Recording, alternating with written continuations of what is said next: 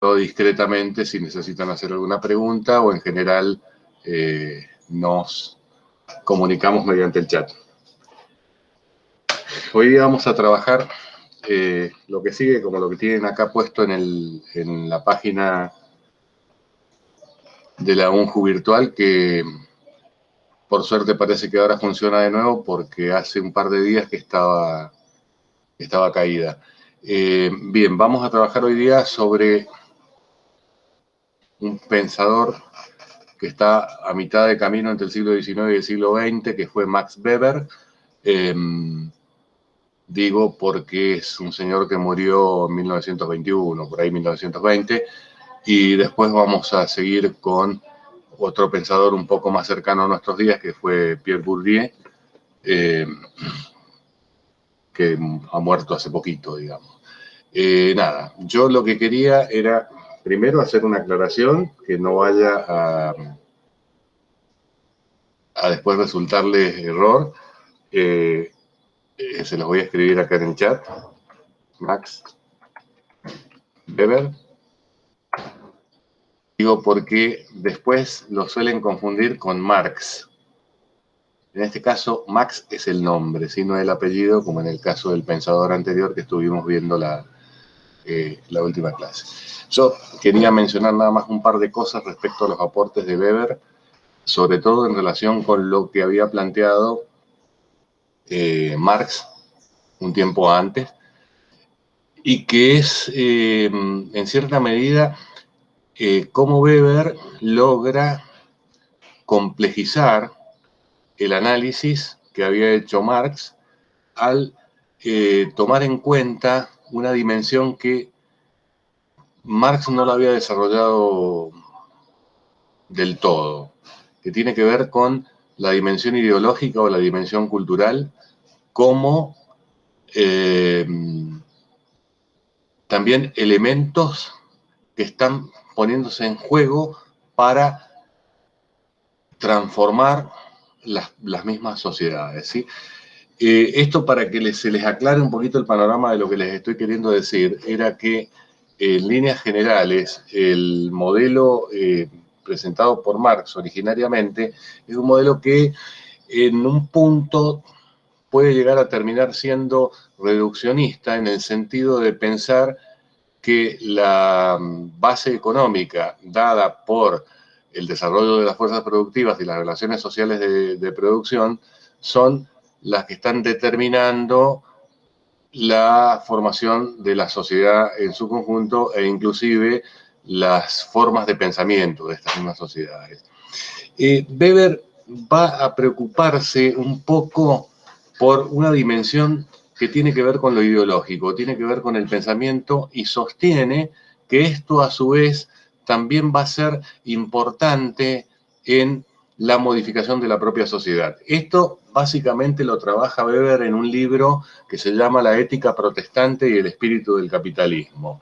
¿Y cuál es la tesis central que está desarrollando? Es decir, cómo a partir de una transformación en el orden de lo ideológico, es decir, una transformación en el orden de la religión, que se dio a principios del siglo XVI en gran parte de Europa, esto genera condiciones propicias para el desarrollo del capitalismo, ¿sí?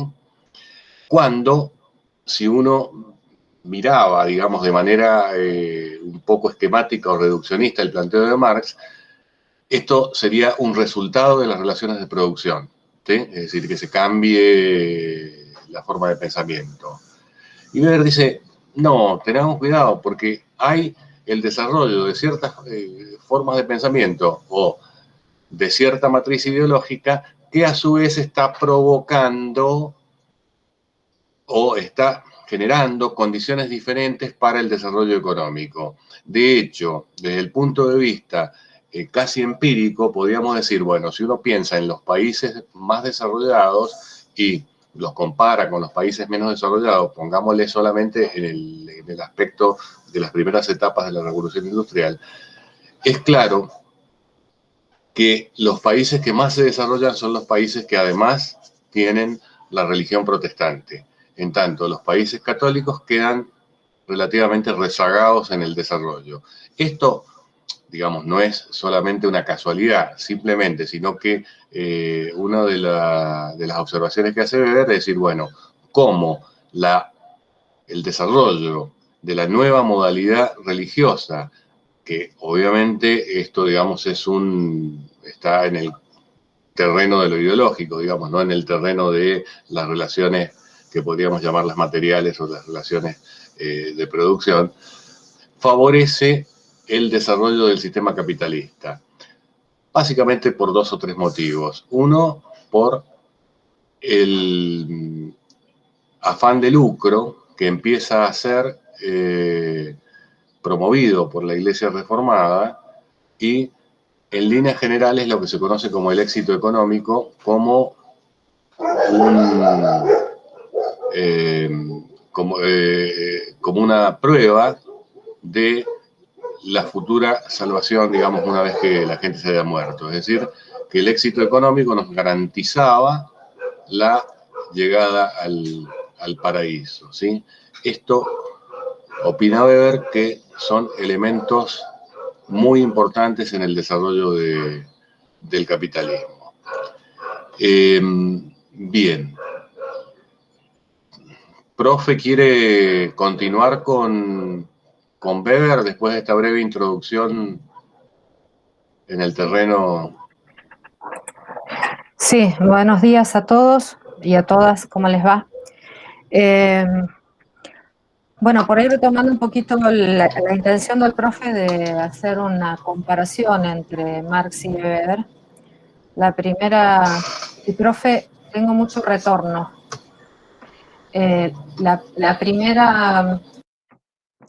primera cuestión que me parece importante que rescatemos acá es la idea de que parten de una diferenciación, digamos, Weber tiene una impronta de diferenciación del pensamiento marxista, sobre todo no del pensamiento marxista a quien reconoce muchísimo, sino a la cuestión del materialismo, porque tiene raíces filosóficas diferentes a partir de las cuales la dimensión espiritual es una dimensión reconocida, propia y autónoma de digamos, de las sociedades, a diferencia de Marx, en el cual toda la cuestión simbólica, incluyendo las religiones, incluyendo el lenguaje, son derivaciones de una existencia material.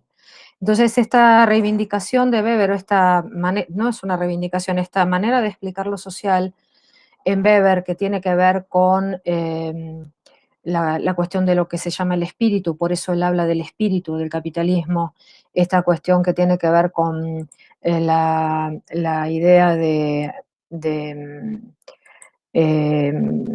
algún modo pensar que hay una dimensión que en la antropología se llama de lo cultural, que incide de manera estructural en el orden material, es la principal cuestión que diferencia. ¿Qué quiero plantear con esto? Que cuando él está de alguna manera formulando su propuesta teórica acerca de las ciencias sociales, en donde pone el eje fuerte, donde pone todo el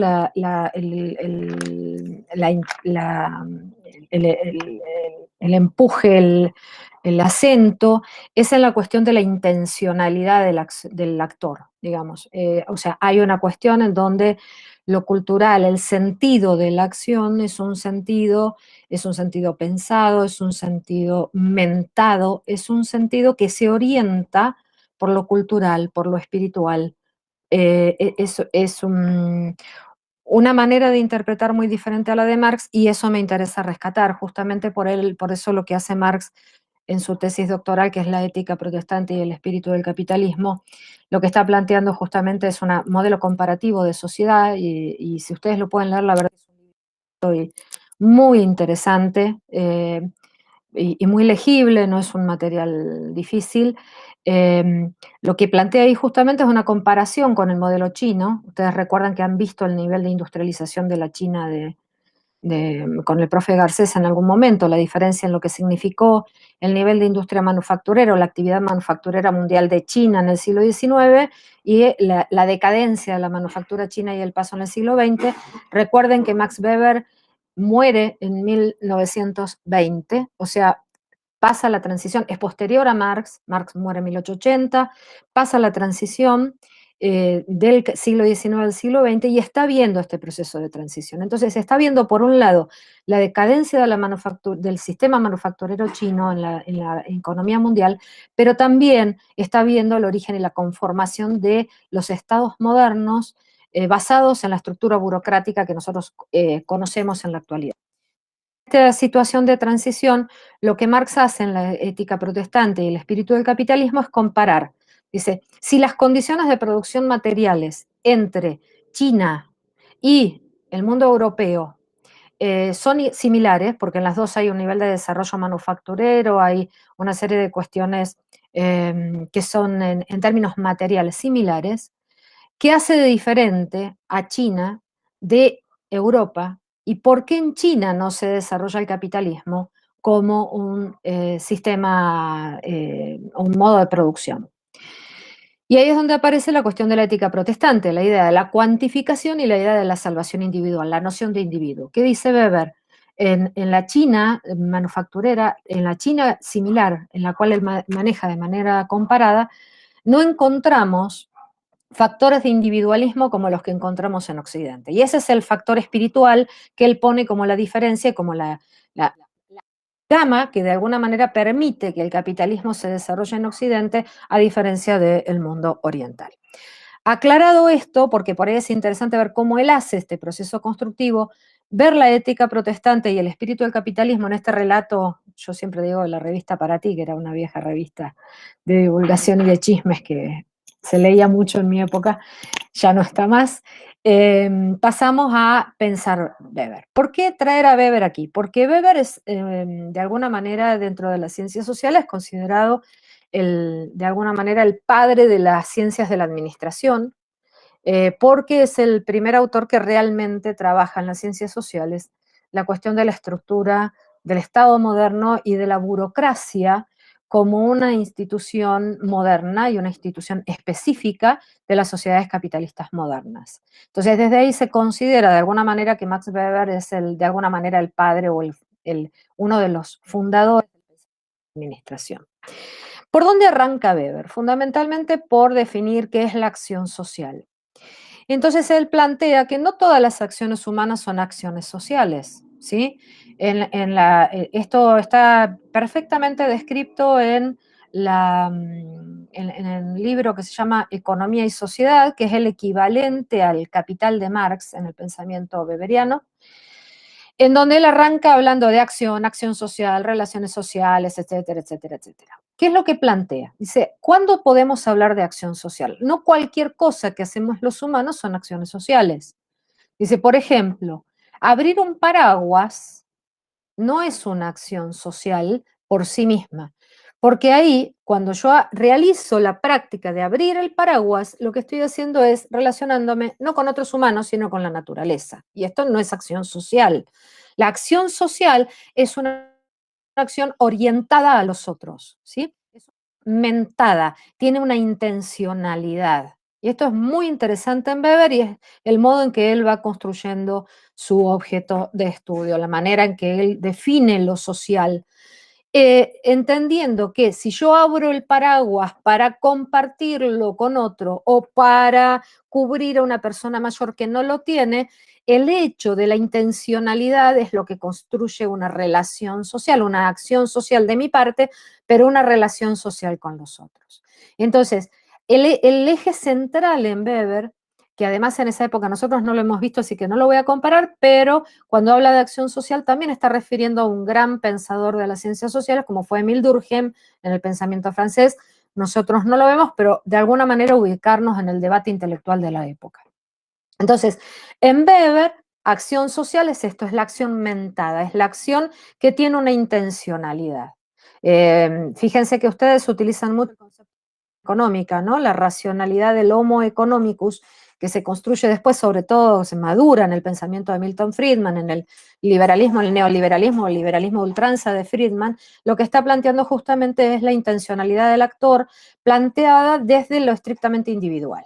No es exactamente Weber esto. Weber lo que sí plantea es que la intencionalidad tiene que, o sea, la acción social se puede interpretar en el marco de una relación social que sería como nuestra célula, nuestra primera unidad compleja más básica, ¿sí? La relación social es una relación entre dos, al menos dos, y tiene que ver con que el que realiza la acción tiene una intencionalidad, pero esa intencionalidad debe ser interpretada por la otra parte de la relación. O sea, cuando yo en este momento, por ejemplo, les explico qué es lo que me está pasando. Yo me miro porque no tengo PowerPoint. Entonces me puse yo, me estoy mirando. Y cuando me estoy mirando, lo que estoy buscando, ahora cuando me estoy acomodando, estoy buscando que mis manos se vean para que ustedes me interpreten. Ahí tengo una intencionalidad. Y estoy suponiendo que ustedes van a interpretar mejor si logran ver mis manos en movimiento. A eso se refiere. La intencionalidad de mi acción no es una intencionalidad liberada al aire, infinita. Está atada, está vinculada, está significada en cuanto a lo que puedan llegar a interpretar los que forman parte de la relación social. ¿Se entendió el ejemplo? Me gustaría que me contesten por el microfonito porque no puedo mirar mucho el chat. Pero ¿se va entendiendo la idea de acción social? Porque si no siempre queda la idea de que, bueno, la acción social es la acción individual. No, mentira, no es eso lo que Weber dice. Weber dice claramente, cuestión significativa de la acción social es la intencionalidad de la acción, no el agente, sino la intencionalidad. ¿Para qué lo hace? ¿Quién lo interpreta? ¿Y cómo se significa? Y ese es el punto central de su valoración acerca del factor cultural, porque yo no puedo interpretar, no puedo de ninguna manera interpretar si no comparto un lenguaje de símbolos, sean gestuales, sean escritos, sean codificados. Ya después vamos a ver Bourdieu. ¿Se entiende esto? O sea, yo les puedo decir, ¿se entiende esto? Porque sé que ustedes hablan el mismo idioma que yo. ¿Se va viendo? Estoy con el chat al costadito, así que si quieren poner alguna respuesta ahí, me interesa. Para nosotros es fundamental la relación social en estas situaciones, que ustedes nos contesten, porque si no pareciera que pusieron ahí la imagen y se fueron a ver al perro. Bien, Romina Santos contesta. Bien, gracias chicos. Eso no saben lo que le reconcilia a uno el alma con toda esta situación. ¿Se entiende la idea? No la pierdan, porque tenemos tan metido el individualismo y pensamos la acción tanto desde la cuestión de que yo hago lo que quiero y yo soy individuo y tomo decisiones y soy libre y etcétera, que esto tiene que ver con nuestro sentido común, que perdemos de vista la complejidad que está planteando Weber cuando habla de la acción social. ¿Sí? No hay acción social si no hay una relación que le dé sentido. Y una de las grandes inquietudes teóricas en Weber es el problema de la legitimidad.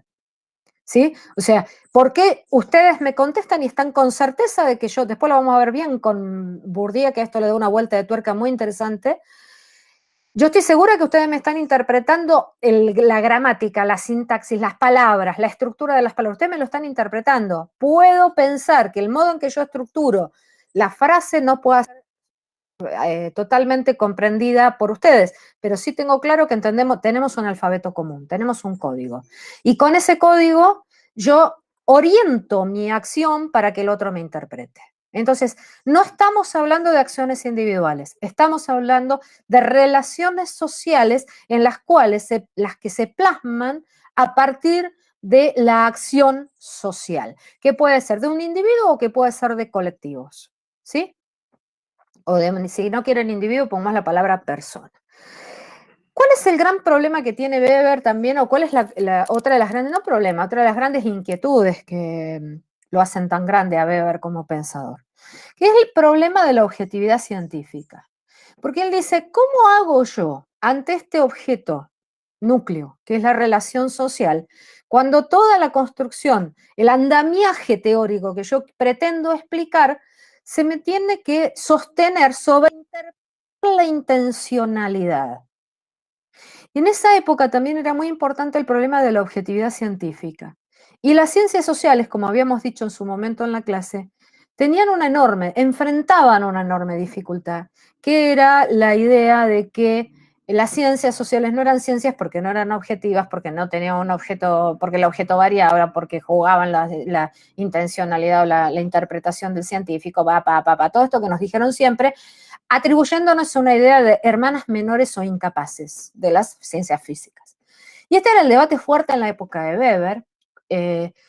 Entonces, para él también era muy importante debatir la cuestión de qué metodología las ciencias sociales podían desarrollar para garantizar la objetividad del conocimiento. ¿Sí? Él estaba definiendo un objeto social que era un objeto que adquiría características de objeto de estudio de las ciencias sociales porque tenía funcionalidad. Entonces, ¿cómo hago para estudiar algo que todo el tiempo está moviéndose? Porque yo no puedo otorgar como una ley científica la intencionalidad. Recuerden el ejemplo que poníamos de la física. Si yo agarro este objeto, lo largo y se va a caer. Si yo lo suelto, se cae. Esto. Yo no puedo hacer esto en las ciencias sociales, no puedo hacer con la acción social. Entonces, ¿qué es lo que dice Weber? Dice, cuando trabajamos el problema de la objetividad para la construcción del objeto de estudio en las ciencias sociales, tenemos que tener en cuenta dos planos. Un plano que es el plano de la decisión del investigador acerca de qué es lo que va a estudiar, y ahí entra la intencionalidad clara del investigador. ¿Qué me interesa? ¿Qué quiero? ¿Qué puedo? ¿Sí? Para estudiar X cuestión. Entonces él dice, toda la subjetividad del investigador tiene que estar puesta en el momento que define, decide y delimita el objeto de estudio como primera instancia. Ahora, a partir de ahí, la cuestión se vuelca a otro tema que es el objeto de estudio que yo recorte desde mi situación particular, histórica, donde yo no me puedo separar del objeto porque también soy sujeto de investigación, toda esta cuestión que ustedes van a leer en el material de lectura. ¿Qué es lo que dice Weber? Tengo que construirle una regla de medición, porque yo tengo que salirme de mi subjetividad y tengo que ser capaz de construir una convención, una regla de medición capaz de hacerme, que me dé herramientas que me permitan de alguna manera dimensionar, caracterizar, categorizar a mi objeto de estudio. Weber era kantiano y en la filosofía neokantiano, y en la filosofía kantiana, los sistemas categoriales en ciencias son fundamentales. Entonces, para Weber era central plantear las categorías de análisis para interpretar el objeto de estudio. ¿Me van entendiendo esta? Pues yo me engancho, me veo a mí misma, me explico, pero no sé hasta dónde me van siguiendo y si me van siguiendo bien. ¿Vamos bien? ¿Sí? Bueno, ¿cuál es la regla de medición en Weber? El tipo ideal.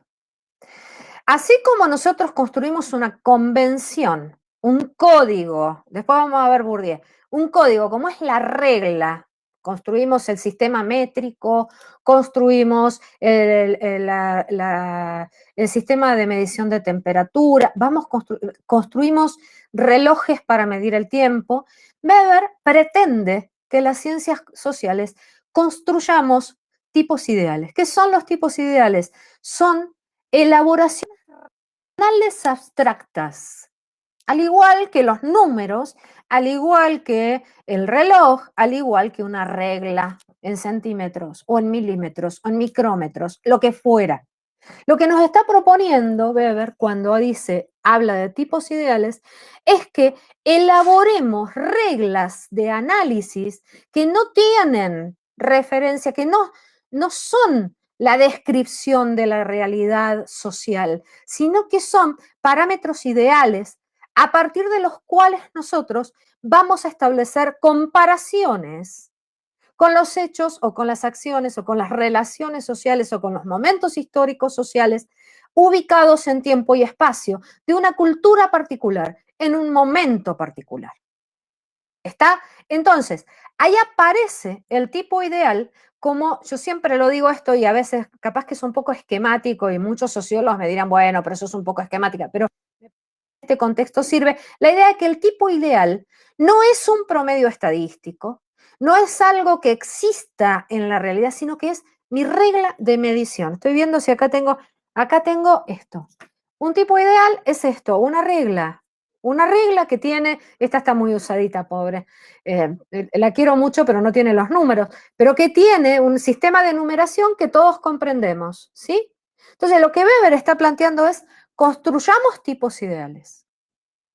¿Bajo qué parámetro construye los tipos ideales? En relación al tipo de vínculo que se establecen en las relaciones sociales y de acuerdo a un grado mayor o menor de racionalidad. Entonces ahí vienen los tipos ideales afectivos, el tipo ideal racional, el tipo real con arreglo a fines, con arreglo a valores, lo que ustedes van a leer. Yo no les voy a describir los textos. Les estoy dando una explicación para que ustedes puedan estudiar los materiales y ahí tienen construidos los tipos ideales, o tienen la explicación de cómo Weber los construye, mejor dicho. Entonces, para que entiendan el tipo ideal, no se pierdan esto, porque a veces suele pasar cuando lo leen muy por arribita, que dicen, el tipo ideal es un promedio estadístico. De ninguna manera el tipo ideal es algo concreto, fenoménico, algo que exista en la realidad. El tipo ideal es, si quieren, del plano de lo formal, de la lógica de la matemática. Tiene que ser nuestra regla de medida analítica para que tomemos como comparación cuando vayamos a abordar una situación histórico-social concreta, histórica, en tiempo y espacio. ¿Sí? ¿Qué tipo, dónde construye o dónde aplica los tipos ideales fundamentalmente o para qué los desarrolla o en qué los despliega él? Fundamentalmente en el tipo de acción social. Entonces de ahí sale una famosa diferenciación que tal vez alguna vez ustedes la encuentren entre comunidad y sociedad. Las comunidades tienen relaciones sociales mucho más basadas en lo afectivo o en lo tradicional, o incluso en la racionalidad orientada a valores, y lo social está mucho más orientado por relaciones sociales que se basan en principios de racionalidad. Por eso las sociedades son sociedades modernas y tiene que ver con esta idea que el capitalismo impone la ética protestante, volviendo al ejemplo anterior, al caso que él toma, que es la ética protestante y el espíritu del capitalismo, en donde la cuantificación y la individualidad son los fundamentos legitimadores de una construcción de relaciones sociales basadas en formas de racionalidad. ¿Me entendieron la vuelta esa? Ahí hay una explicación de tipo ideal. ¿Una duda? Yo estoy con el chat al costado. Si alguien necesita que interrumpa, ahí Cari me dice si puedo repetir. El tipo ideal es una herramienta metodológica para Weber, ¿sí? Es una construcción abstracta, es una construcción analítica, es una herramienta de medición. Cuando él tiene que decir qué tipo de acciones sociales hay, plantea que hay 4 tipos ideales de acción social. En relación a afectos, en relación a valores, racionales con afecto racionales con arreglo a valores, se me había borrado la palabra, gracias, profe, y racional con arreglo a fines. ¿Sí? Después ustedes léanlo y lo van a entender mucho mejor cuando lo lean. Lo que pasa es que tenemos media hora ya usada y quiero entrar en Bourdieu. Entonces quiero pasar esto rápido. Si ustedes después necesitan, podemos hacer un intercambio posterior. Entonces, retomo, esa regla que es el tipo ideal, la aplica a los tipos de acción social que podemos encontrar. Él dice, hay 4 tipos de acciones sociales que podemos encontrar. ¿Sí? Y a su vez, aplicando estos tipos ideales, dice, el gran problema en Weber es cómo hacemos para aceptar la intencionalidad de la acción de anterior, ¿sí? ¿Cómo hacemos para que yo pueda hablarles, si ustedes me entiendan, y cómo hacemos para que ustedes me escriban con letras y yo sepa la intencionalidad de ustedes con lo que me están escribiendo? ¿Qué hace que la acción social adquiera sentido? La legitimidad. ¿Sí? Entonces, otro de los grandes problemas, y por eso Weber es uno de los grandes teóricos de las ciencias políticas, es el problema de la legitimidad. ¿Cómo aceptamos que eso que ustedes me están escribiendo tiene una interpretación común? y yo lo acepto como tal y lo significo y me permite operar en las relaciones sociales.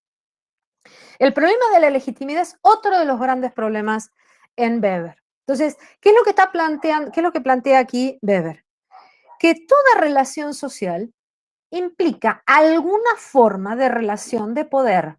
Entonces, vuelve a aplicar los tipos ideales, afectivo, tradicional, con arreglo a valores, con arreglo a fines, a la cuestión del poder.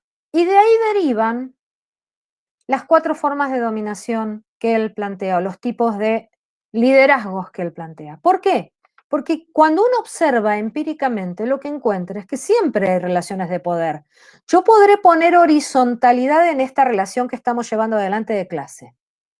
¿Sí? Yo no puedo imponerles que ustedes estén. Lo que es claro es que ustedes están, porque es legítimo que yo les enseñe. Y tenemos un modelo de relación social en esto clave, central, que es la que nos vincula. Ustedes, la única razón que tienen para estar del otro lado es que es legítimo que en la institución educativa yo enseñe y ustedes aprendan.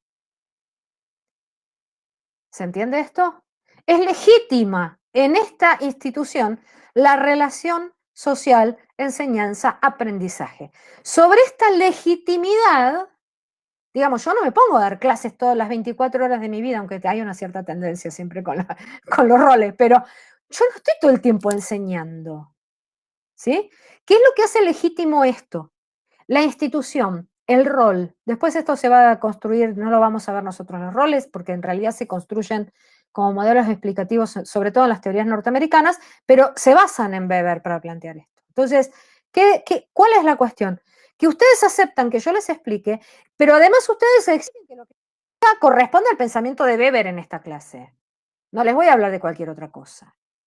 Porque es legítimo, porque está aceptado y porque en esta relación social lo que se espera es que yo enseñe y ustedes aprendan. ¿Cuándo concluye? En la evaluación. Todo esto podría no ser aceptado. Sin embargo, es aceptado porque es legítimo. Implica relaciones. ¿Relaciones de qué tipo?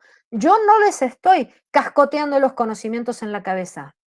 No los estoy castigando físicamente para que ustedes aprendan. No estoy aplicando poder como fuerza bruta independientemente de la relación del otro. Yo estoy poniendo en mi acción social toda la voluntad de dominio, entendida como una relación de poder legítima. El dominio, en términos de Weber, no es la idea que tenemos nosotros de alguien con un látigo dominando a otros. La relación de dominación es la relación legítima de poder en una sociedad. ¿Sí? De poco serviría que yo les quiera imponer si yo les explico muy mal y ustedes no escuchan esta clase porque no les sirve. ¿Está? O sea, hay una legitimidad construida entre lo que ustedes esperan que yo diga, lo que yo espero que ustedes comprendan. Y esta es una relación que legitima una relación de poder. ¿Cuál es la relación de poder legitimada? Docente que sabe, estudiante que no sabe. ¿Sí? Lo que ustedes están haciendo es una carrera en la cual la institución va agregando, adicionando conocimientos de todo tipo, no solo conocimientos académicos, posturales, prácticos, disciplinarios, etcétera, etcétera, etcétera, hasta que ustedes obtienen un título. Cuando ustedes obtienen un título, ¿qué dice la institución? Todas las dominaciones legitimadas en esta institución fueron superadas por un tránsito sin saber y ahora sabe. El título es la síntesis de todo lo que ustedes adquirieron supuestamente en la carrera. Entonces, toda esta relación es una relación de dominación. Cuando hablamos de dominación, estamos hablando de cómo el poder constituye a las relaciones entre las personas. ¿Por qué se construye sentido en la relación educativa? Porque yo tengo poder cuando me pasé quemándome las pestañas 35 años para enseñarles esto a ustedes. Yo a Weber lo estudié, lo empecé a estudiar hace 30 años. ¿Sí? Entonces, alguien me otorga a mí la capacidad de enseñarles Weber, repetir, sintetizar Weber, para que ustedes se lleven un poquito de Weber en su conocimiento. ¿sí? Entonces, esa es una relación de dominación. Solemos usar la palabra dominación con un sentido negativo. En Weber, la dominación es la forma de relación de poder aceptada por ambas partes. Por eso es una definición positiva, no es valorativa en el sentido negativo, en el sentido de domina, por lo tanto está quitando la individualidad al otro. Ese es el sentido común. En Weber, dominación es la relación de poder legítima. Él habla de disciplina, habla de poder y habla de dominación. Y esos son los tres tipos ideales en los cuales se organizan las acciones sociales en el ámbito de la administración del poder. ¿Estamos? ¿Queda algo más, profe, de Weber, que yo me acuerde? Bueno, les voy a pedir encarecidamente que lean, porque hay un montón de cosas que yo no he dicho.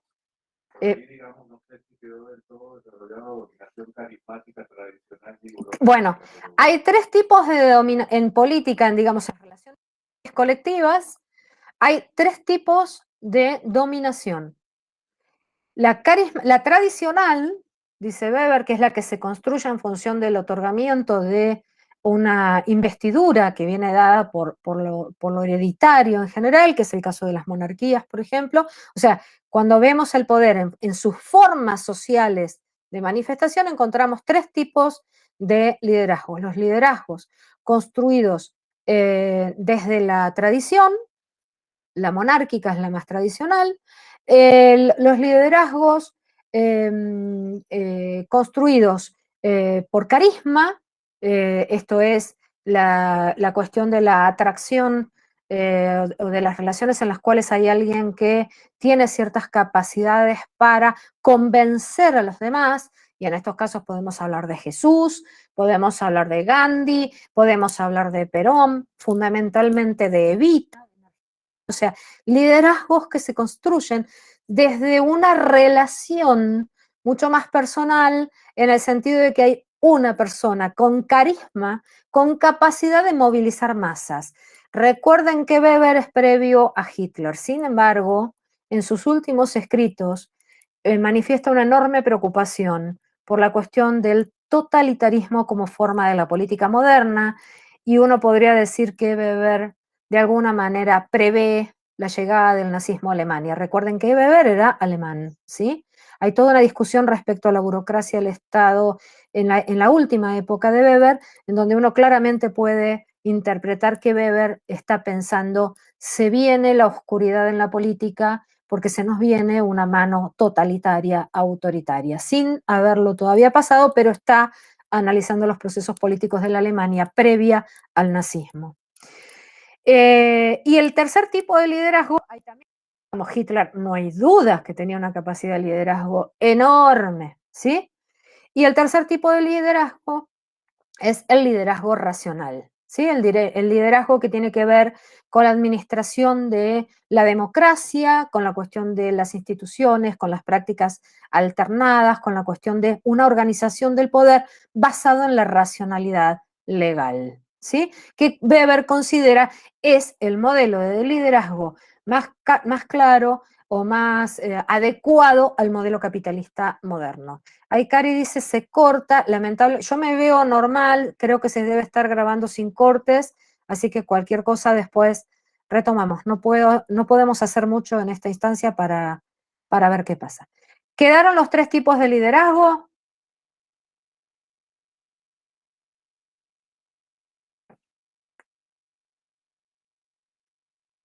Les propongo, si quieren, en otra instancia, que vean el material, porque yo no les estoy dando los detalles de los materiales de lectura, les estoy haciendo un encuadramiento, que ustedes lean los materiales y si surgen dudas las vayan consultando, ¿sí? Segundo autor, y nos queda poquito tiempo para él, pero vamos a hacer un poquito más larga la clase, si ustedes nos tienen un poco de paciencia, Pierre Bourdieu.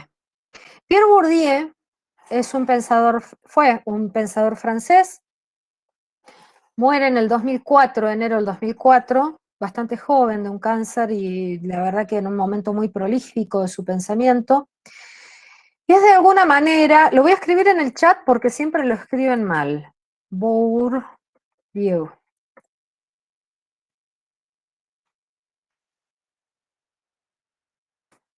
Si lo miran bien, lo aprenden de memoria. Porque para nosotros, lo mismo cuando dicen Max Weber. Weber era Max Weber. Vamos a hacer una codificación acá. Ahora vamos a ver. Y el otro autor es Karl, el que lo voy a poner con mayúscula porque se las merece. Karl Marx, ¿sí? El Marx de arriba de Weber no es el Marx de Karl Marx, ¿sí? Porque cuando dan examen hacen unas ensaladas más o menos. Son 3 autores diferentes. Max es un nombre como si fuera Máximo.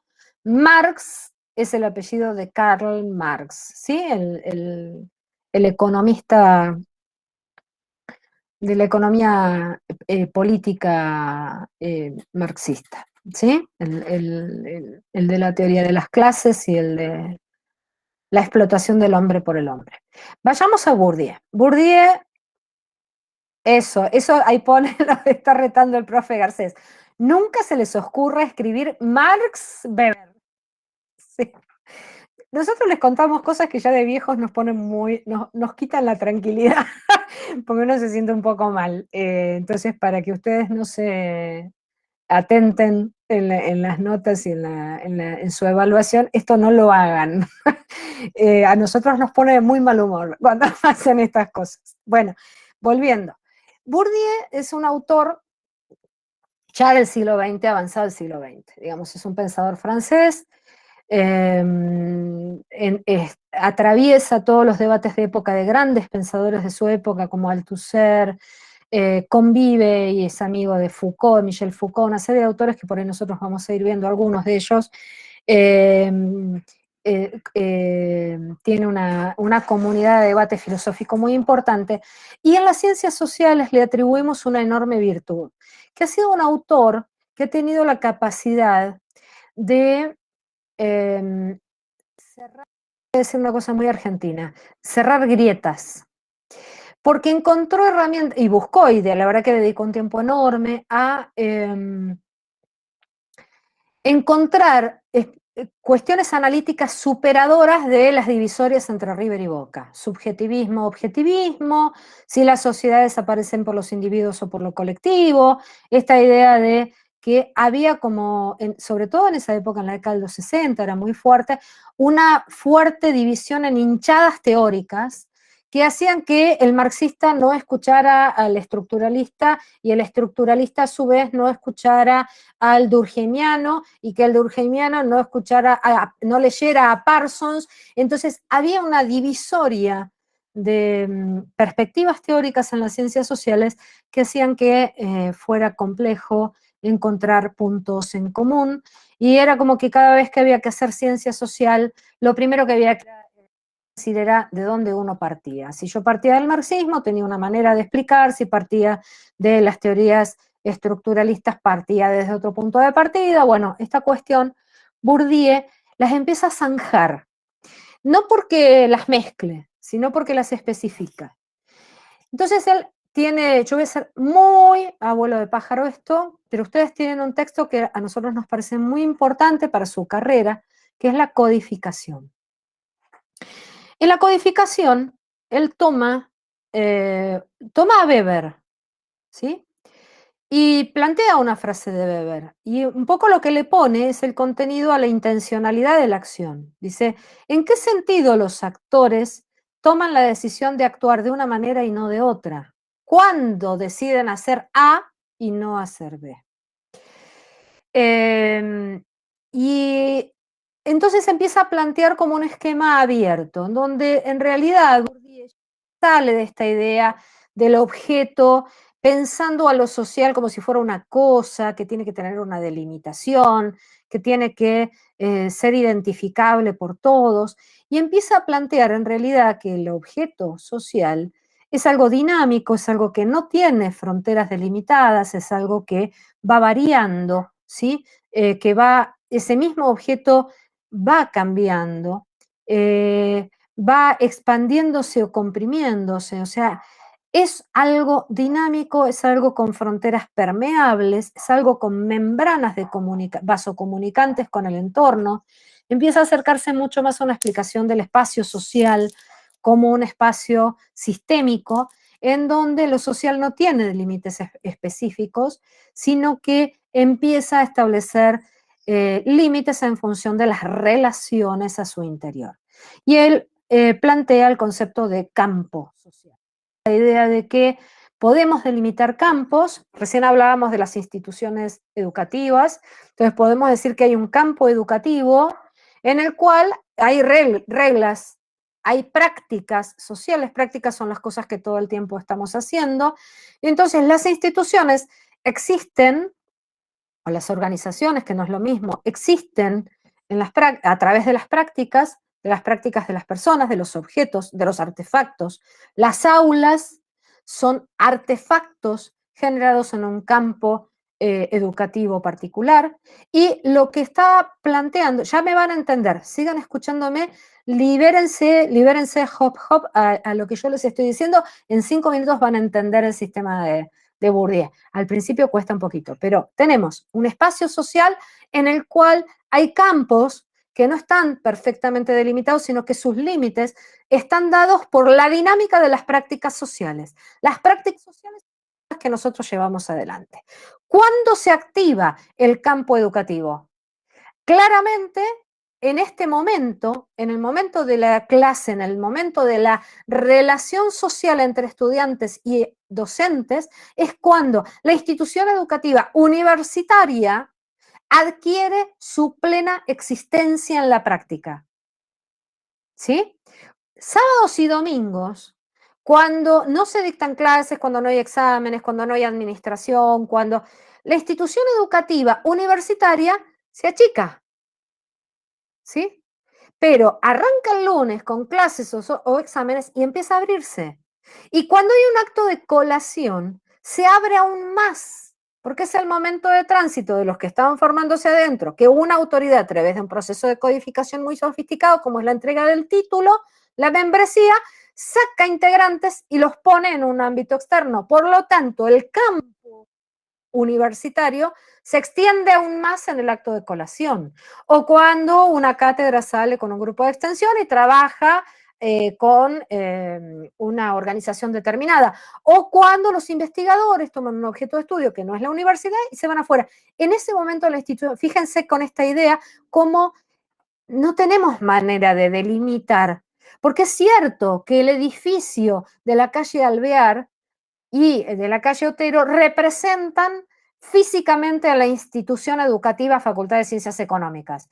Pero eso cerrado no existe, solo existe en la medida en que nosotros, sujetos, actores, y dice Bourdieu, agentes sociales, hacemos agencia, ponemos la institución en práctica.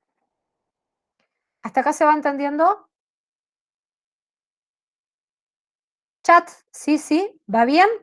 Ven la dinámica, ¿no? Esto es lo interesante, a mí me parece apasionante, me parece que es el autor más dúctil en este sentido, de que tiene más potencia explicativa, se dice en epistemología, porque la verdad que nos permite dar muchas explicaciones de cuestiones que de otra manera se encuentran en problemas, porque si seguimos pensando lo social como objeto, nos quedamos, ustedes, si yo les dijera, bueno, a ver, ¿qué es la universidad? Y ustedes empiezan con la lista de objetos.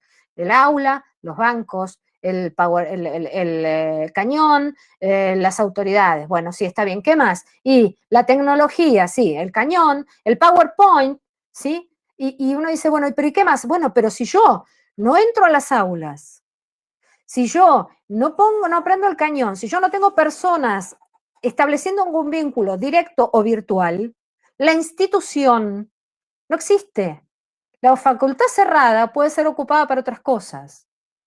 El edificio de la facultad opera como institución universitaria cuando hay personas adentro que la activan continuamente. ¿Sí? Este concepto de la acción de la gente reproduciendo tiene un anclaje marxista importante, porque el valor del capital se pone en acción cuando hay personas que lo valorizan. ¿Está? El capital que no está en movimiento es un capital pasivo. Es un lucro cesante en el término que ustedes utilizan. Por eso el factor tiempo es un factor tan importante. Perdón que pegue este salto cualitativo, pero para el que estaba atento, después va a decir, apa, ¿qué dijo la profe? Rebobinemos. Las instituciones se ponen en operación, los campos, lo social, se pone en operación cuando hay agentes que los practican. En este momento nosotros estamos dando existir a la institución educación universitaria. Lo estamos haciendo en la medida que estamos docentes y que estamos alumnos. Que hay un sistema tecnológico, hay una artificialidad, hay artefactos que tienen que ver con el uso y la intencionalidad que le ponemos al uso de esos artefactos.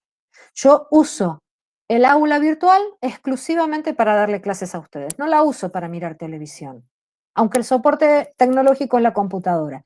El sentido del uso del artefacto la da el agente.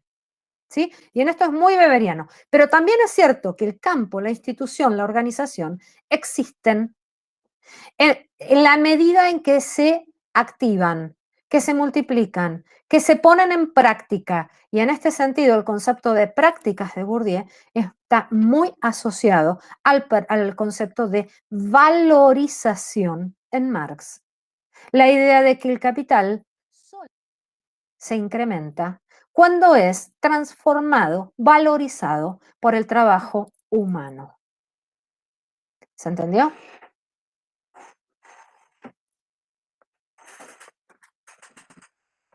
¿Se entendió? Con que uno me ponga así, yo me quedo tranquila. Bien, Sofía, gracias. Sofía es la única que me está contestando los sí, que es la que está siguiendo la clase atenta. Sí, ahí está Aldana, que también es la otra que está contestando. Los otros me parece que tienen puesto el celular nomás. Bien. Bueno, ¿qué pasa? Digamos, acá ya vimos lo que es campo, lo que es espacio social, lo que es, de alguna manera, el orden de las prácticas sociales.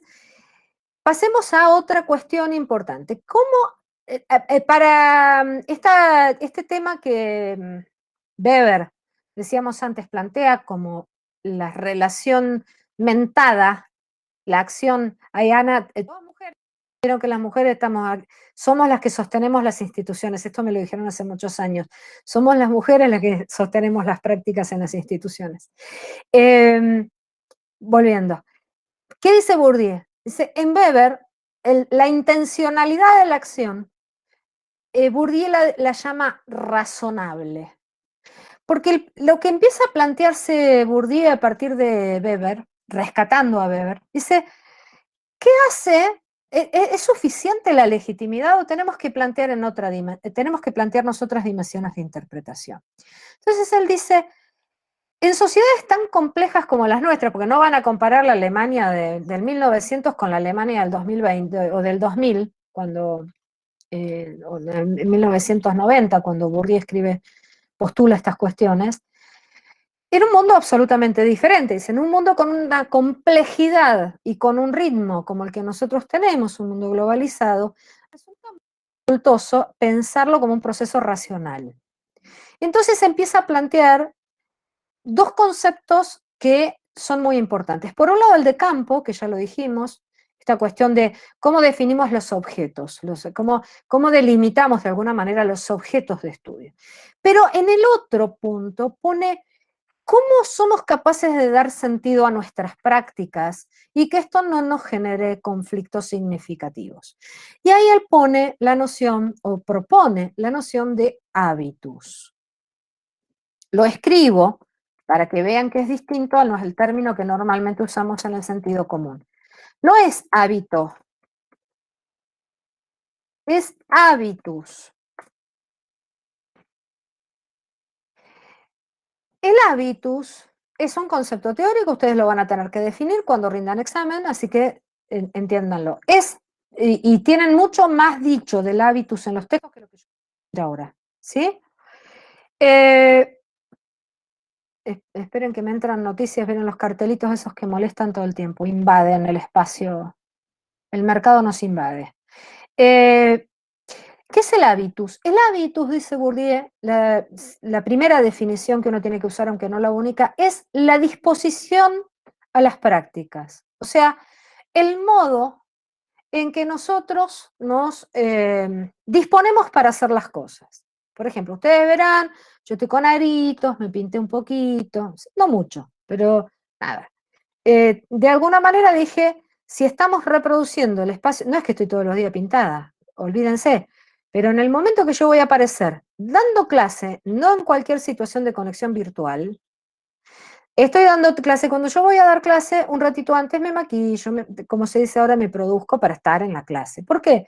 Porque es un hábito que tenemos los dos, es una costumbre que tenemos en el espacio, digamos, de comunicación, de conocimiento, que es la idea de que el conocimiento es relevante, por lo tanto justifica que nos vistamos bien, que nos pongamos elegantes, que le indiquemos a los demás de alguna manera que lo que estamos haciendo resulta bastante significativo. No es doméstico. Esto quiero decir, no es algo doméstico, algo que pasa, sino, bueno, no, me pongo los tacos, me visto bien, me pongo buena pilcha, llevo una buena cartera, me pinto un poco, voy y me dispongo la voz, digo contenidos, estudio, preparo la clase, soy competente en el uso de herramientas, todo lo que implica la relación social en el espacio áulico, ¿sí? Hay disposiciones, modos de hacer. Yo me sentiría incómoda si fuera clase sin arreglarme, es la palabra. Cuando yo digo arreglarme, ustedes saben que estoy refiriendo a mi aspecto físico. Tampoco me sentiría cómoda si voy a la clase sin prepararla.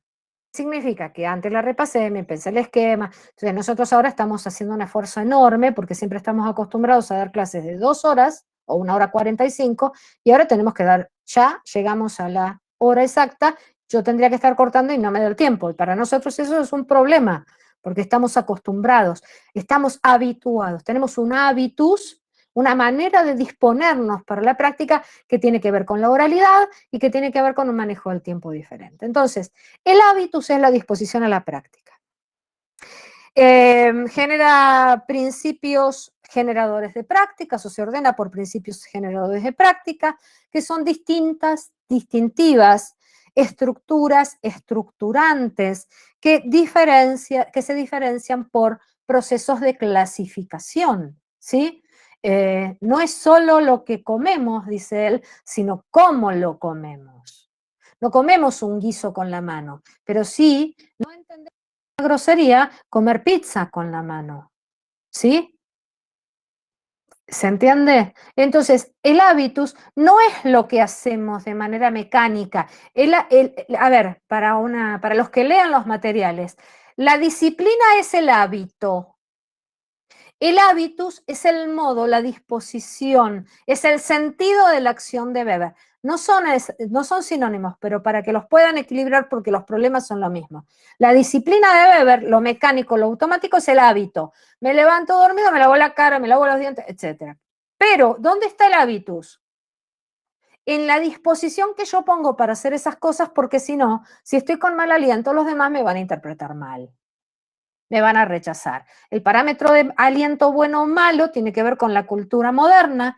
Los dientes limpios son un hábito que se adquiere en el siglo XVIII y antes no existía y antes los olores significaban otra cosa. ¿Sí? No es solo lo que hago, sino cómo lo hago para que los demás lo interpreten. Entonces, no es solo comer, que es una cuestión biológica, sino cómo lo hago. Y ahí está la adición cultural. El cómo lo hago tiene que ver con la construcción de un sentido de la práctica que si quieren ir a beber es la intencionalidad del actor, ¿sí? ¿Cómo quiero que los demás me interpreten?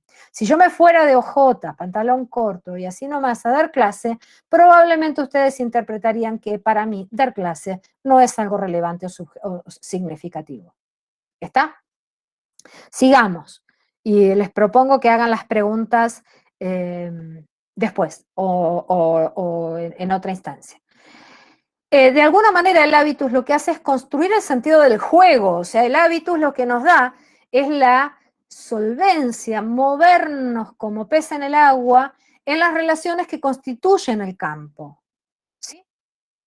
yo no estoy indicándoles a ustedes cómo se tienen que comportar acá o cómo se tienen que comportar en el aula. Cada uno lo sabe, ¿sí? Entonces, esta disposición a la práctica es lo que da coherencia, economía de esfuerzos, en algún punto es el sentido común del que hablábamos, las formas de conocimiento de sentido común cuando veíamos la cuestión de la ciencia, esta idea de lo espontáneo, de lo cómodo, de donde nos sentimos bien, en donde estamos en zona de confort, en donde no tenemos que hacer esfuerzo de racionalidad, sino que vamos haciendo acciones que no son racionales porque son razonables, pero tampoco las pensamos, no estamos pensando qué vamos a hacer. De hecho, lo hacemos. Y esto es algo que se construye en el hábito de la vida cotidiana y que tiene que ver estrictamente con nuestra manera de hacer, ¿sí? Nuestra manera de practicar. El hábitus no es individual, el hábitus siempre es colectivo. A nosotros se nos incorporan las prácticas, pero nosotros aprendemos modales en la estructura familiar. ¿La estructura familiar de dónde saca los modales? De la sociedad. O sea, acá la noción de individuo se empieza a desdibujar. Lo que nos parece intuitivo en realidad es un aprendizaje no racionalizado, pero es un aprendizaje. Y cuando es aprendizaje cultural. Cuando estamos en el campo, bueno, ahí hay una noción que parece que son los de los capitales, solo aclarar una cuestión. ¿Cómo nos relacionamos? ¿Qué ponemos en juego cuando estamos me olvidé de mencionarlo antes, vale el paréntesis para resumirlo. En el campo, lo que nosotros como agentes ponemos en operación son capitales. Por ejemplo, en la Universidad Pública Argentina, el principal, tenemos 4 tipos de capital. El capital económico, el capital cultural y el capital social. El capital económico es el dinerario. El capital cultural tiene que ver con las membresías que tenemos, o sea, los títulos que tenemos, y la cantidad de conocimientos, la información, tiene que ver con los códigos de comunicación. Y el capital social tiene que ver con los vínculos, las relaciones, las influencias, etc. Weber hablaba de economía, de cultura y de estatus, ¿sí? Estos 3 tipos de capital están atravesados por el 4, que es el capital simbólico. En el capital simbólico es donde Bourdieu ubica la legitimidad, el aceptar que los otros 3 operan en el campo de manera legítima. Es el filtro, de alguna manera, a los 3 capitales que son como cosas, ¿sí? En esta institución educativa, si estuviéramos en presencia les preguntaría, pero no tenemos tiempo, el principal capital que se pone en juego es el capital cultural. El capital económico no tiene peso. Uno puede ser pobre o rico, y en la Universidad Argentina va a la universidad porque por suerte y por privilegio y por mucha lucha política, hace 100 años que tenemos universidades con autonomía, que tenemos un fundamento de cogobierno, una serie de cuestiones que tienen que ver con la institución educativa universitaria argentina específicamente, y que a partir de la década del 40, con el peronismo, se convierte en universidad pública y gratuita. Esta instancia de construcción institucional nos da una impronta particular. No es lo mismo ser universitario en la Argentina que ser universitario en Chile. Recuerden que la reforma constitucional que está planteando Chile en este momento, la votación que tuvieron hace 15 días, arranca con estudiantes universitarios que saltan los molinillos, los molinetes, perdón, del subte porque les aumentaban el colectivo o el transporte público y no iban a la universidad. Y venían de largas protestas de la gratuidad de la universidad. Entonces, la dinámica de la institución universitaria chilena es muy diferente a la nuestra, y en esta institución, lo que nosotros ponemos en juego en la Argentina es fundamentalmente el capital conocimiento, el capital cultural. Yo estoy acá porque me quemé las pestañas, porque tuve un promedio, porque tuve una cantidad de antecedentes, porque tengo membresías que me habilitan, porque fui evaluada por pares, porque estoy concursada por un montón de cuestiones que tienen que ver no con si yo tengo anteojos de primera o zapatos o una cartera Louis Vuitton, que eso sería un bien económico también simbólico, pero sino por lo que yo tengo como antecedentes curriculares, por toda mi trayectoria, por lo que he estudiado, por lo que sé, ¿sí? O sea, el capital que yo pongo en juego en la institución universitaria es mi capital cultural. ¿Está? Lo que no significa que los otros no aparezcan, pero el que marca la impronta de la institución universitaria es el capital cultural. ¿Sí? Entonces, en el campo se ponen en juego capitales. Es como un campo de juego en el cual yo voy apostando, ¿sí? Voy haciendo apuestas. Y yo dispongo de una cantidad de capitales X que los voy a poner en juego en mis reglas de juego. Pero además, en esas relaciones, el modo en que yo voy a decidir cómo lo hago es muchas veces intuitivo y tiene que ver con el hábitus. Ahora, ¿qué nos aparece acá? Una pregunta fundamental. Si todo fuera resolvible a partir del hábitus, no habría conflicto. Entonces no serían necesarias las leyes escritas. Y ahí es donde aparece este material que ustedes tienen para leer, que es la codificación. ¿Por qué? Porque Bourdieu lo que se empieza a plantear es, cuando el hábitus se convierte en potencial fuente de conflicto, cuando genera incertidumbre o no genera un nivel de legitimidad suficiente como para sostenerse por sí mismo, demanda de ciertas cuestiones que tienen que ver con los códigos. O sea, con algo que, con una entidad, con un objeto que nos sincroniza, que nos da un sentido unívoco, que nos pone, como decimos en el sentido común, en la misma frecuencia. ¿Sí? Lo que pretendía hacer Weber con los tipos ideales y mi regla, ¿sí? Poner un código que a nosotros nos permita eliminar la duda, eliminar la incertidumbre. Cuando decimos 1 centímetro, es 1 centímetro. Acá, en Francia, en el patrón metro, en la China, donde utilizan el metro, en la Antártida, si vamos, 1 centímetro. No hay lugar a la duda. ¿Sí?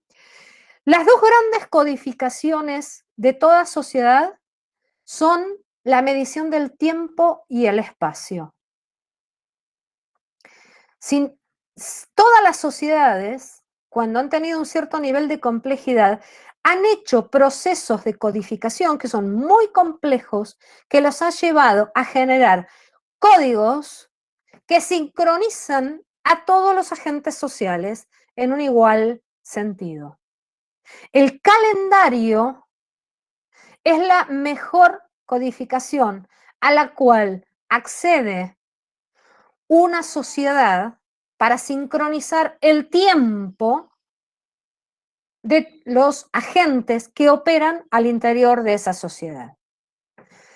La Revolución Francesa, como era muy revolucionaria, se planteó imponer en la sociedad un calendario específico.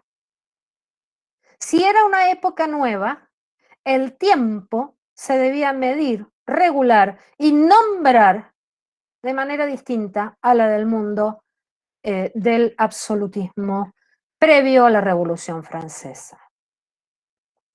Las normas, los códigos, forman parte de la construcción de un sentido que regimenta al hábitus.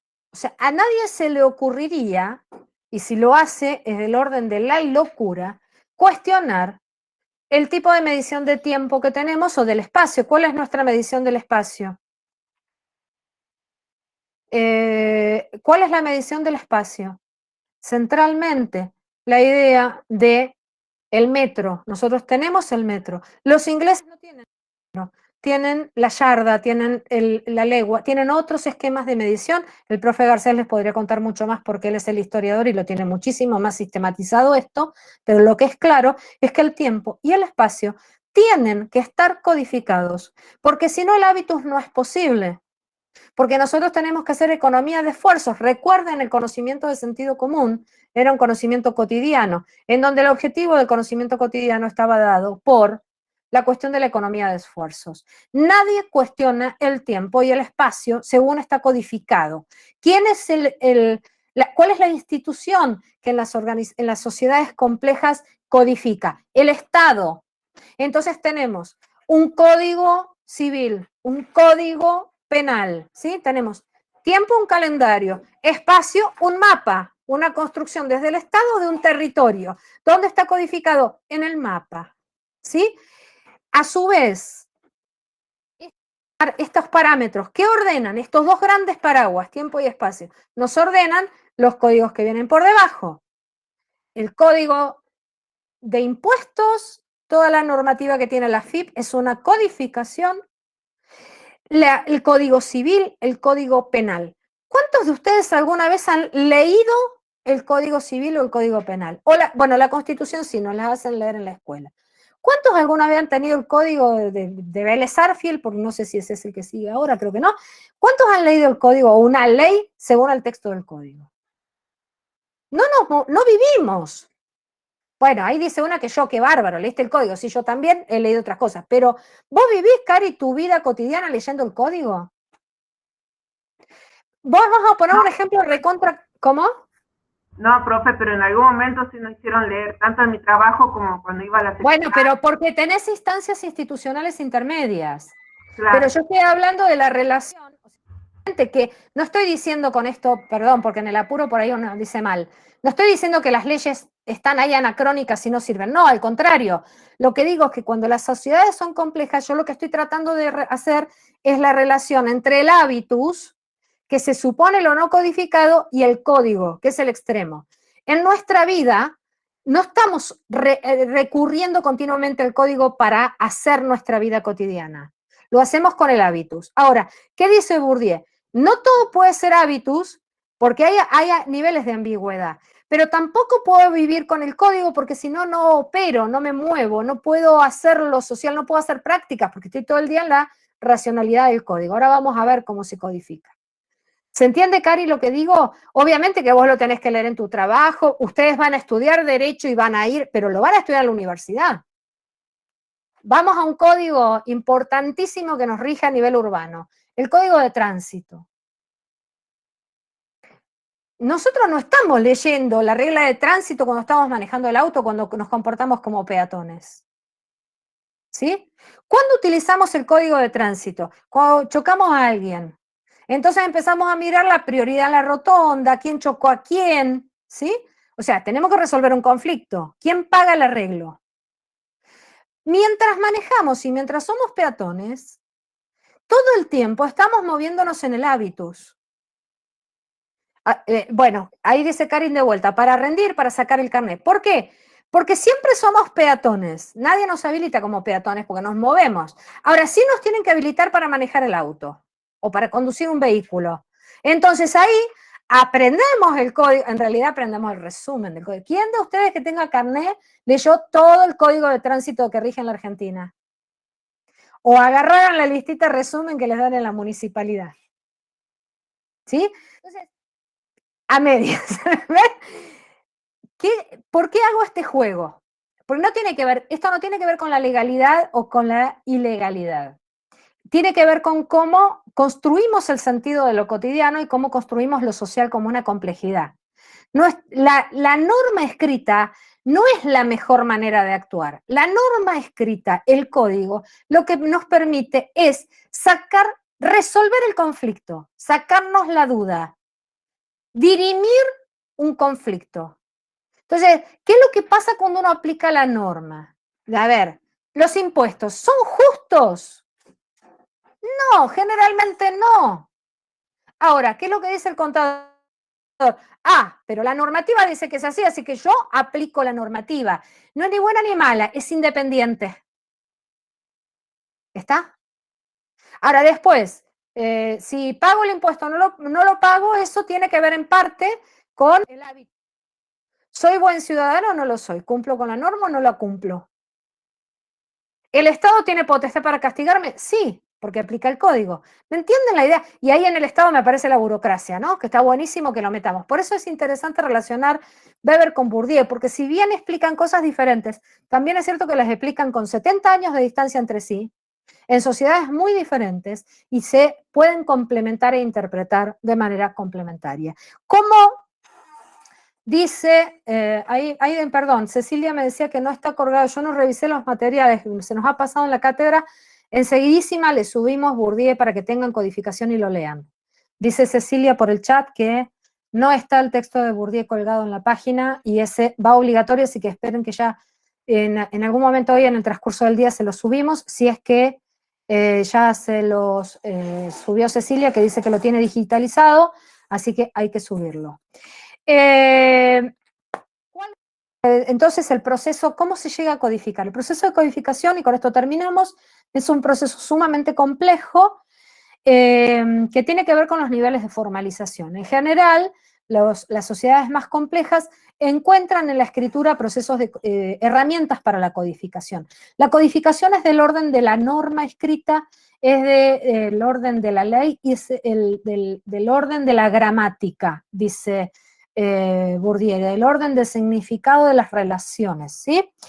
¿Qué es un código? Es poner formas a los esquemas prácticos, o sea, repito, es poner formas a los esquemas prácticos. O sea, nosotros hacemos desde el hábitus.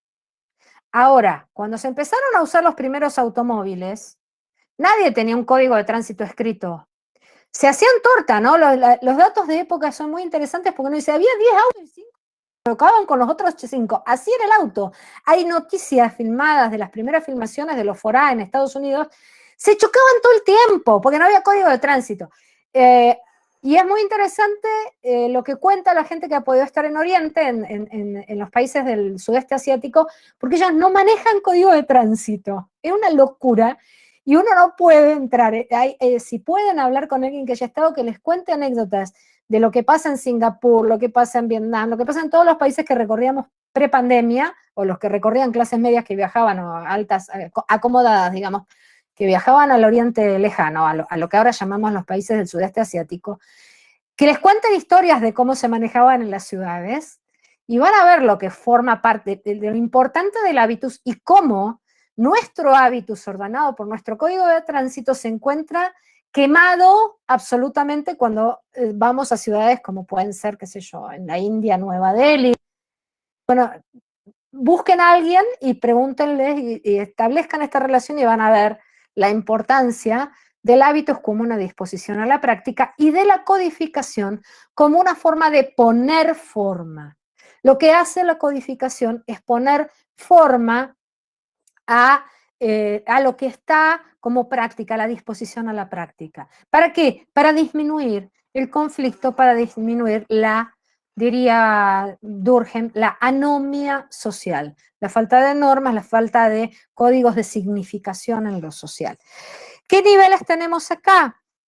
Fundamentalmente que se pasa a esquemas lingüísticos prácticos, a códigos, a la juridicidad, dice él. Esto es, empezamos a construir lo jurídico, lo normativo. En general lo construimos desde alguna forma de manifestación objetiva. Pueden ser palabras, pueden ser textos, pueden ser nudos en una soga de pelo de llama para contabilizar los bienes y personas y circulación de un imperio. Eso es un código. El quipu es un código. El balance es un código. Es una manera admitida, no cuestionada en las sociedades que cuantifican en la empresa moderna para poner los recursos en el debe y en haber. El balance es la manifestación de las relaciones contractuales a nivel financiero. ¿Me escucharon todo lo que dije? ¿Se entendió lo que dije?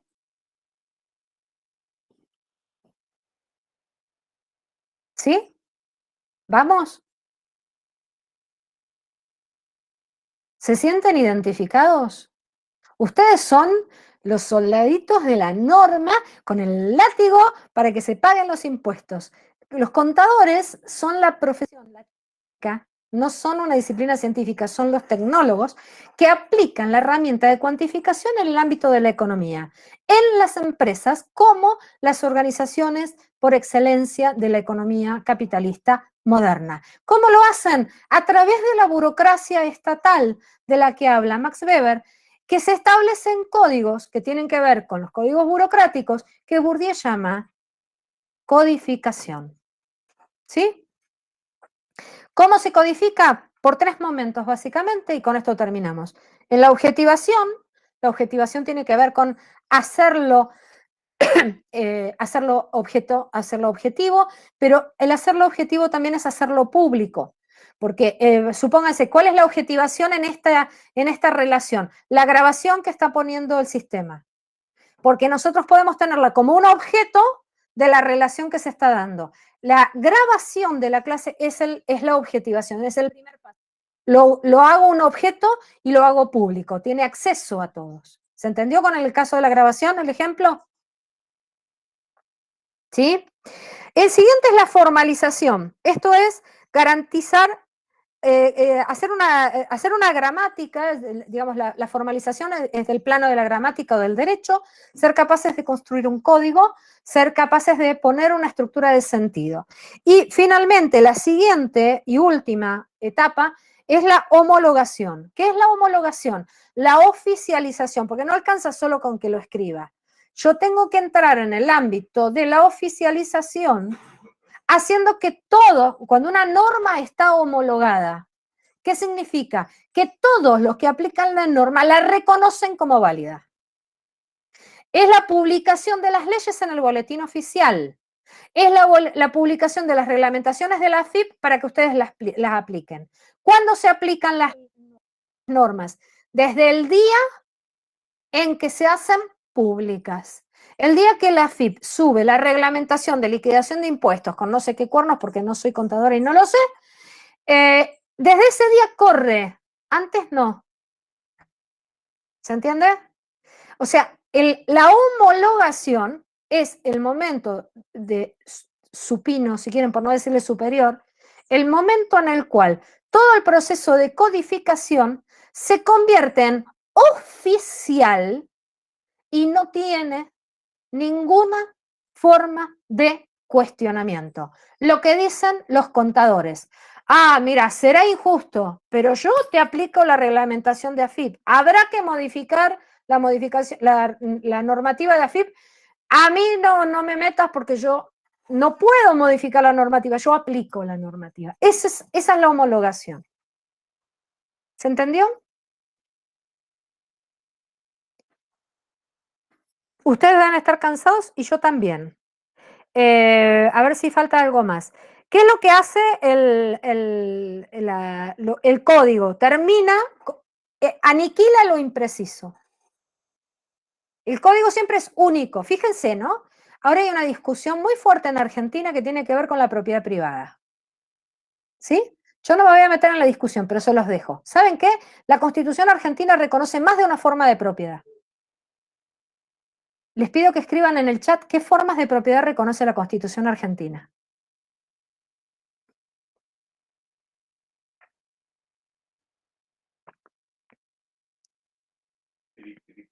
Cric, cric. ¿Qué formas de propiedad reconoce la Constitución argentina? Privada, comunitaria. La privada y la comunitaria. Muy bien. Fíjense que podríamos dar una discusión sobre esto, ¿no?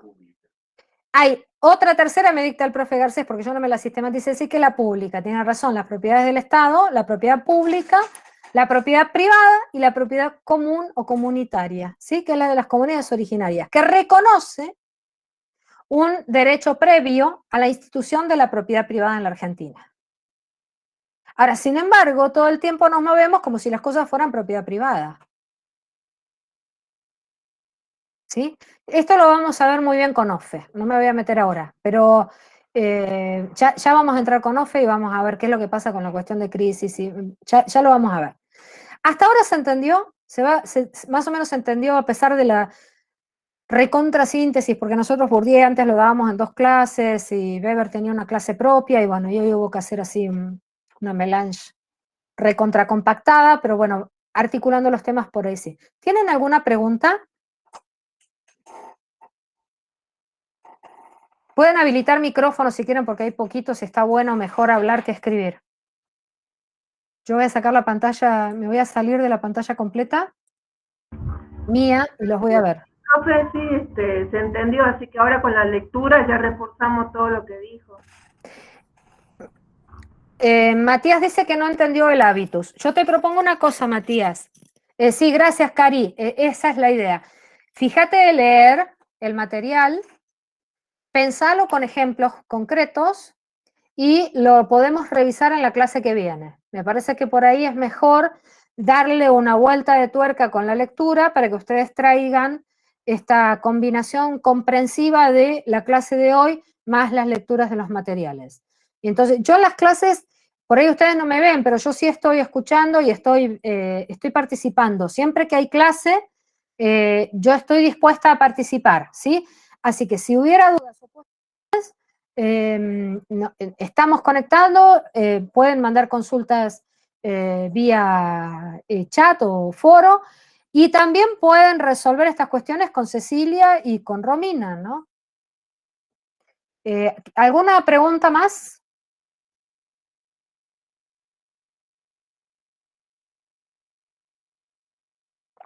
¿Damos por cerrado? Yo les quería mostrar una cosita.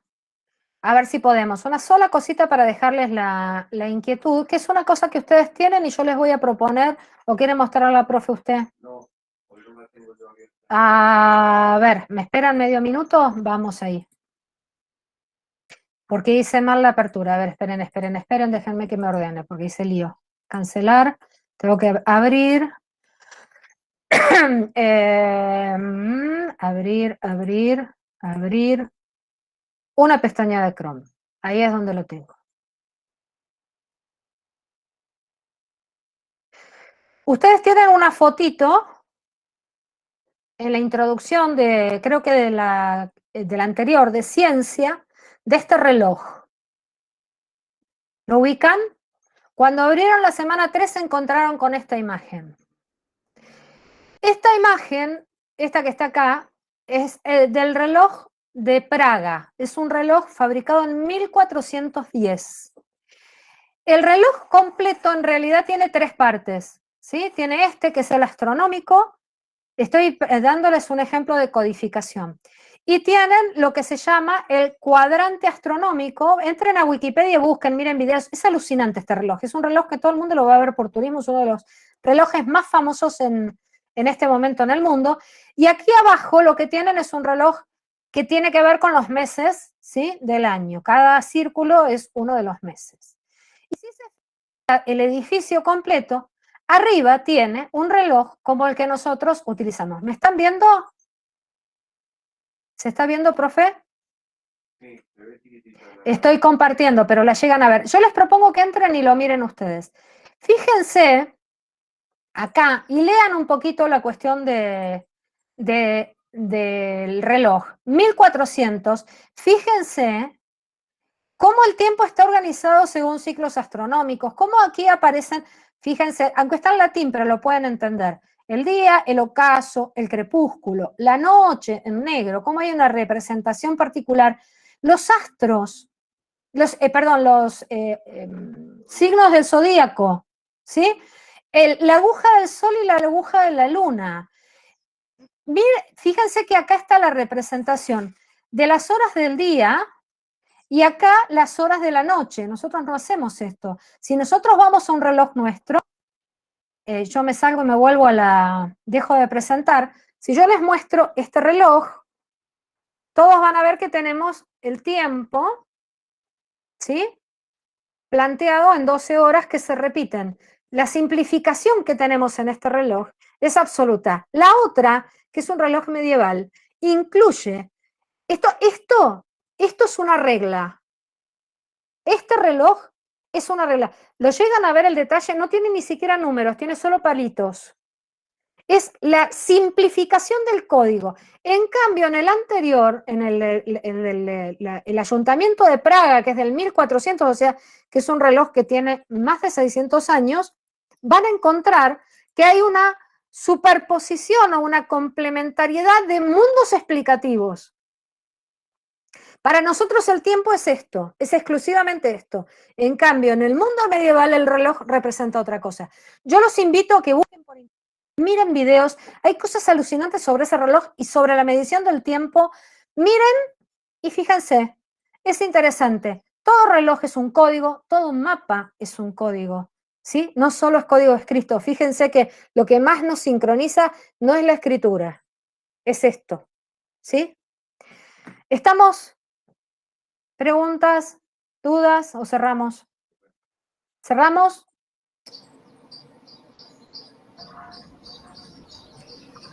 Yo diría.